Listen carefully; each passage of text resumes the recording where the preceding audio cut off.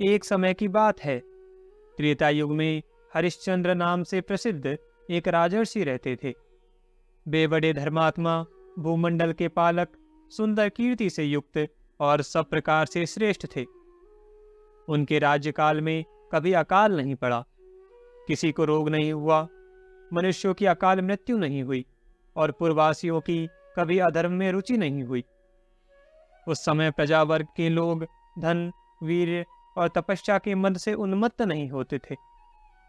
एक दिन महाबाहु हरिश्चंद्र जंगल में शिकार खेलने गए थे। वहां शिकार के पीछे दौड़ते हुए उन्होंने बारंबार कुछ स्त्रियों की कातरवाणी सुनी। वे कह रही थी, हमें बचाओ, हमें बचाओ। राजा ने शिकार का पीछा छोड़ दिया और उन स्त्रियों को लक्ष्य करके कहा, डरो मत। ऐसा कौन दुष्ट बुद्धि वाला पुरुष है जो मेरे शासनकाल में भी ऐसा अन्याय कर रहा है? ऐसा कहकर स्त्रियों के रोने के शब्द का अनुसरण करते हुए राजा उसी ओर चल दिए। इसी बीच प्रत्येक कार्य के आरंभ में बाधा उपस्थित करने वाला रुद्र कुमार विघ्नराज इस प्रकार सोचने लगा, ये महर्षि विश्वामित्र बड़े पराक्रमी है और अनुपम तपस्या का आश्रय लेकर उत्तम व्रत का पालन करते हुए उन भवादि विद्याओं का साधन करते हैं जो पहले इनसे सिद्ध नहीं हो सकी है। ये महर्षि क्षमा, मौन तथा आत्म संयम पूर्वक जिन विद्याओं का साधन कर रहे हैं, वे उनके भय से पीड़ित होकर यहाँ विलाप कर रही है। इनके उद्धार का कार्य मुझे किस प्रकार करना चाहिए? इस प्रकार विचार करते हुए रुद्र कुमार विघ्नराज ने राजा के शरीर में प्रवेश किया और उनके आवेश से युक्त होने पर राजा ने क्रोधपूर्वक यह बात कही, यह कौन पापाचारी मनुष्य है जो कपड़े की गठरी में अग्नि को बांधने का प्रयास कर रहा है?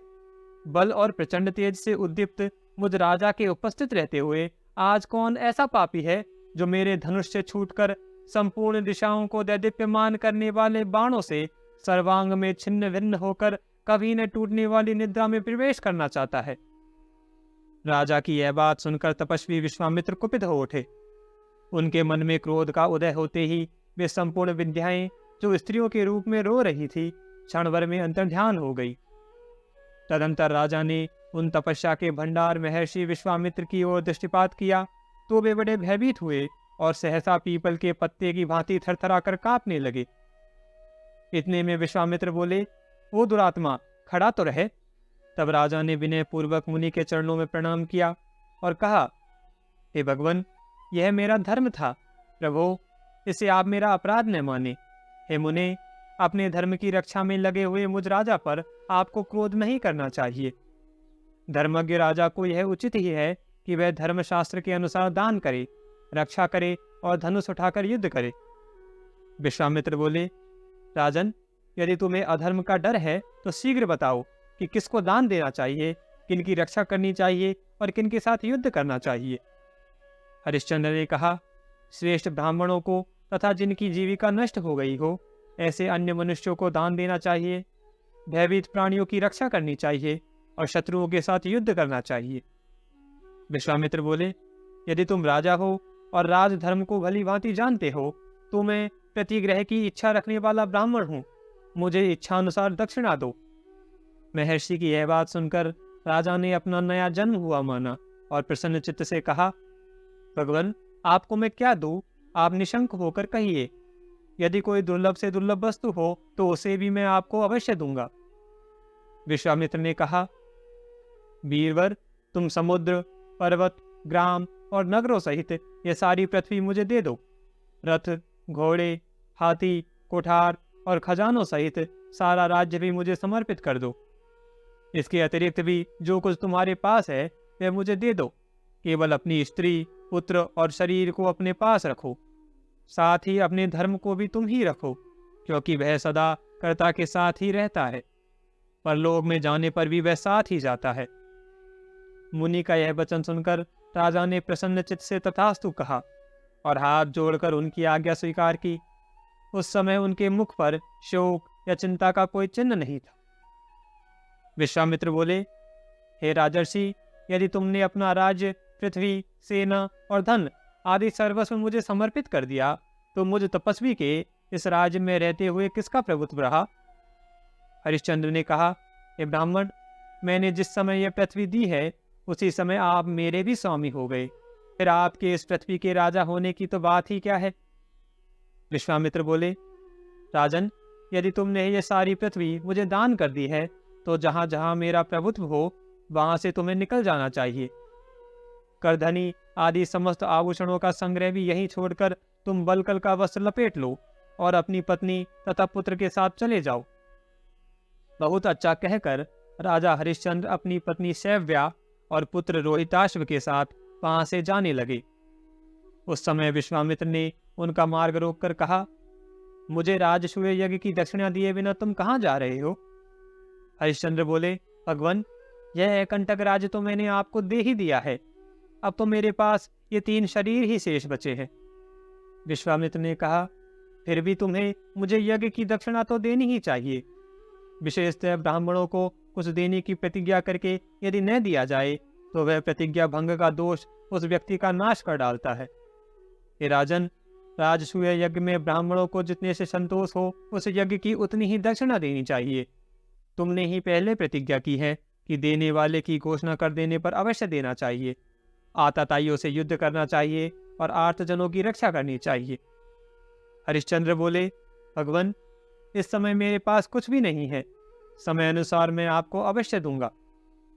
विश्वामित्र ने कहा, हे राजन, इसके लिए मुझे कितने समय तक प्रतीक्षा करनी होगी, शीघ्र बताओ। हरिश्चंद्र बोले, ब्रह्मर्षि, मैं 1 महीने में आपको दक्षिणा के लिए धन दूंगा।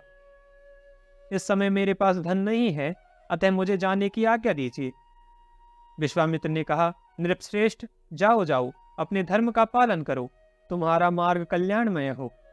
विश्वामित्र ने जब जाओ कहकर जाने की आज्ञा दी तब राजा हरिश्चंद्र नगर से चले।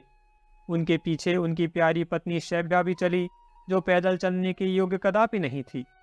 रानी और राजकुमार सहित राजा हरिश्चंद्र को नगर से निकलते देख उनके अनुयायी सेवकगण तथा पूर्ववासी मनुष्य विलाप करने लगे। हे नाथ, हम पीड़ितों का आप क्यों परित्याग कर रहे हैं।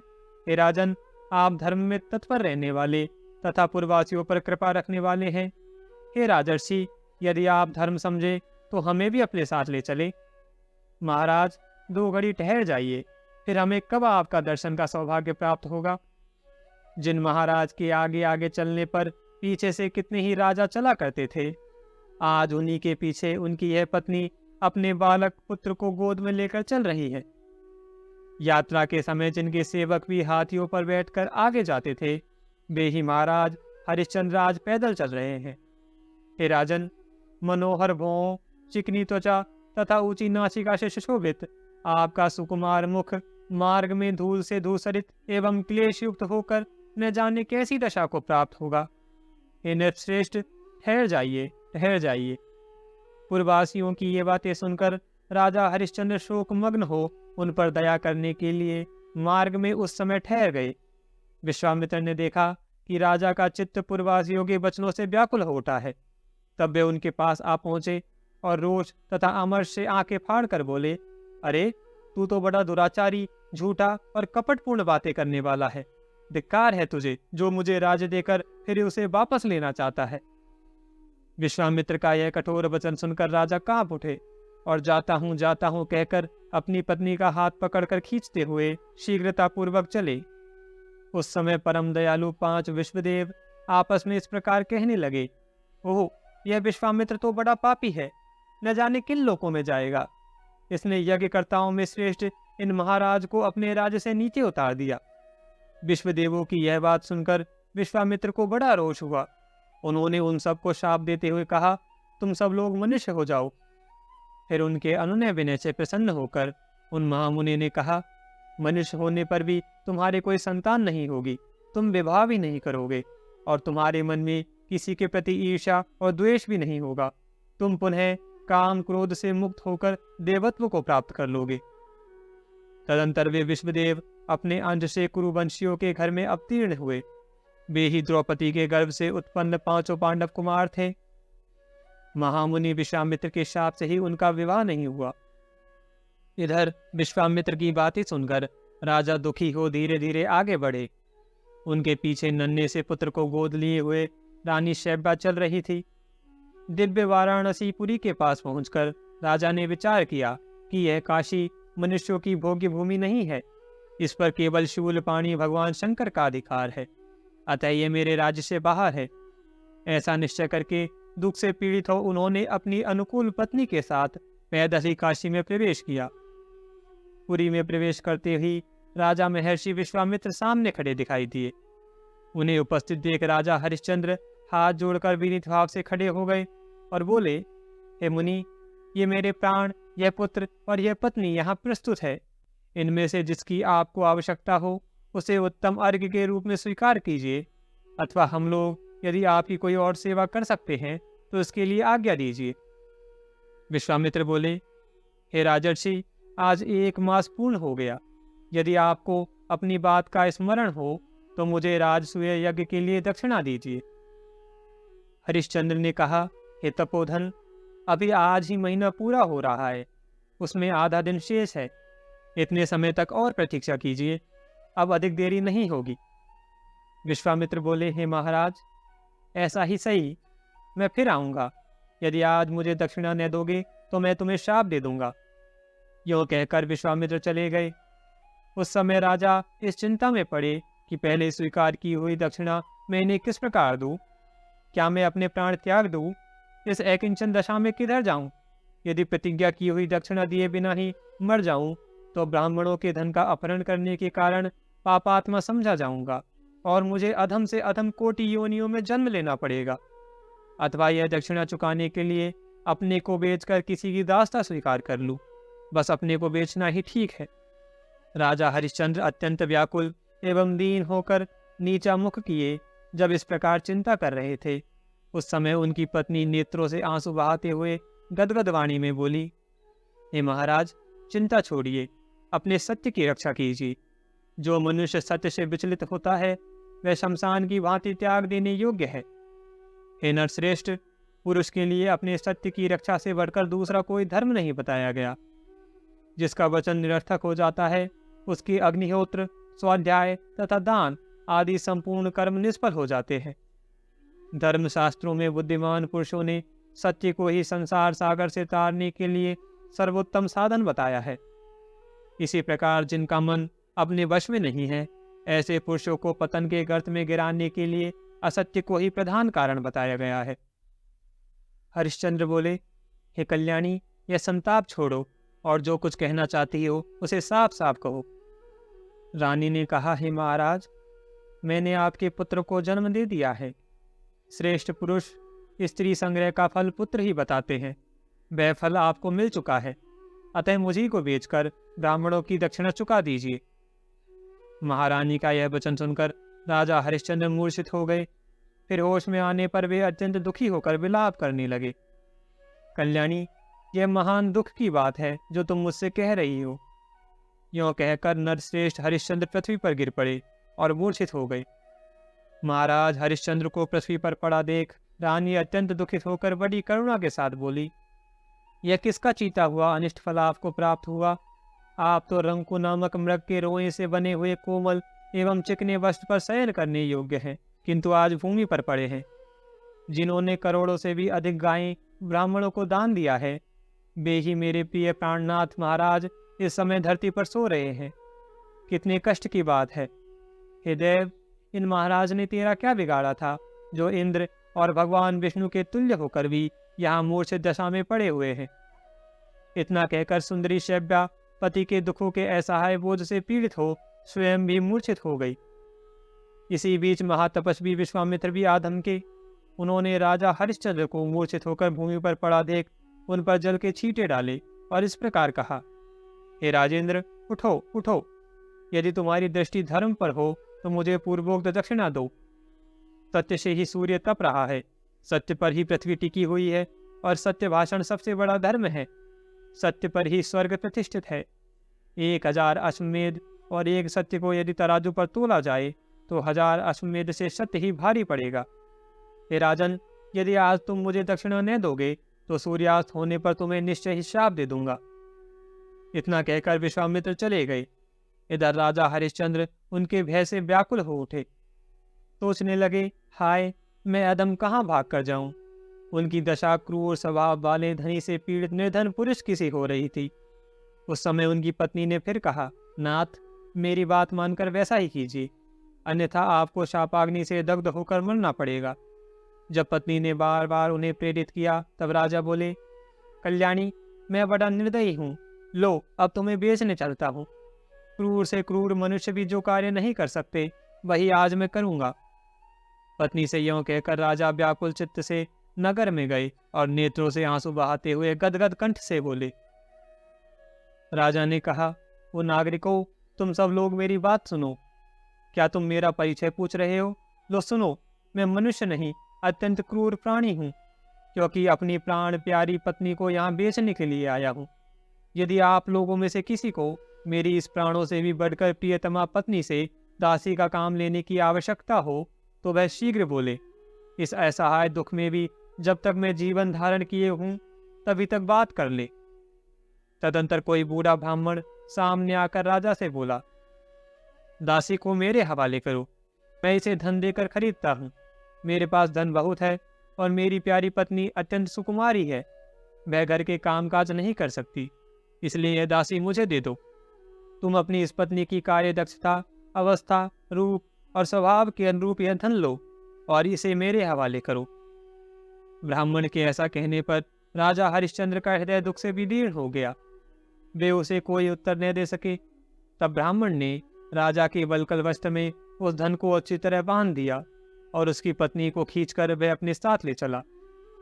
माता को इस दशा में देखकर बालक रोहिताश रो उठा और हाथ से उसका वस्त्र पकड़कर अपनी ओर खींचने लगा। उस समय रानी ने अपने पुत्र से कहा, बेटा आओ, जी भर कर देख लो, तुम्हारी माता अब दासी हो गई है। तुम राजपुत्र हो, मेरा स्पर्श न करो, अब मैं तुम्हारे स्पर्श करने योग्य न रही। अपनी माता को खींचकर ले जाते हुए देख बालक रोहिताश्व माँ माँ कहकर रोता हुआ दौड़ा। उस समय उसके नेत्रों से आंसू बह रहे थे। जब बालक पास आया तब उस ब्राह्मण ने क्रोध में भरकर उसे लात से मारा तो भी उसे अपनी माँ को नहीं छोड़ा, केवल माई माई कहकर विलपता रहा। तब रानी ने ब्राह्मण से कहा, हे स्वामी, आप मुझ पर कृपा कीजिए, इस बालक को भी खरीद लीजिए। यद्यपि आपने मुझे खरीद लिया है, तथापि इस बालक के बिना मैं आपके कार्य को अच्छी तरह नहीं कर सकती। मैं बड़ी अभागिनी हूँ, आप मुझ पर दया करके प्रसन्न हो और बछड़े से गाय की तरह इस बालक को मुझे मिलाइए। ब्राह्मण बोला, हे राजन, ये धन लो और इस बालक को भी मेरे हवाले करो।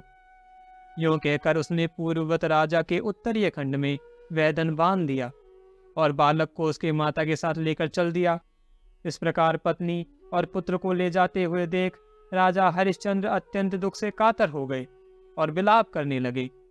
हाय, पहले जिसे वायु, सूर्य, चंद्रमा तथा बाहरी लोग कभी नहीं देख पाते थे, वही मेरी पत्नी आज दासी बन गई। जिसके हाथों की उंगलियां अत्यंत सुकुमार है, वह सूर्य वंश में उत्पन्न हुआ मेरा बालक आज बेच दिया गया। मुझ नीच के अन्याय से तुम्हें देवाधीन दशा को प्राप्त होना पड़ा, फिर भी मेरी मृत्यु नहीं होती। मुझे धिक्कार है, मुझे धिक्कार है। तदंतर विश्वामित्र ने वहां पहुंचकर राजा से धन मांगा। हरिश्चंद्र ने भी वह धन उन्हें समर्पित कर दिया। पत्नी और पुत्र को बेचने से प्राप्त हुए उस धन को थोड़ा देखकर कौशिक मुनि ने शोकाकुल राजा से कुपित होकर कहा, हे क्षत्रियाधम, क्या तू इसी को मेरे यज्ञ के अनुरूप दक्षिणा मानता है? यदि ऐसी बात है तो मेरे महान बल को देख।